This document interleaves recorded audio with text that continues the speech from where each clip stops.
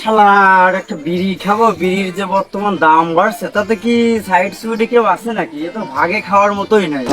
কাছ থেকে সকালে পকেট থেকে 20টা টাকা চুরি করে ডার্বি সিগারেট কিনেছি 2টা। বর্তমান যে ডার্বি সিগারেটের বাজার মূল্য বাড়ছে তাতে তো আসলে সিগারেট খাওয়ার মতোই নাই। দেখি সাইড সুইডে কেউ আছে নাকি, শেষে আবার কাউকে ভাগে দিয়ে খাওয়া লাগবে নাকি।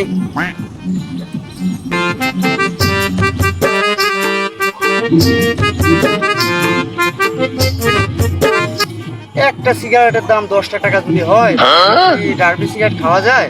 খাওয়ার মতো আছে নাকি? সিগারেটের বাসনা। আরে ভাতিজা, ফালি কোনে বিড়ির জন্য সকাল হইতে তোমার পায়খানায় ক্লিয়ার আছে, সকালে টয়লেটে গেলাম তাও না।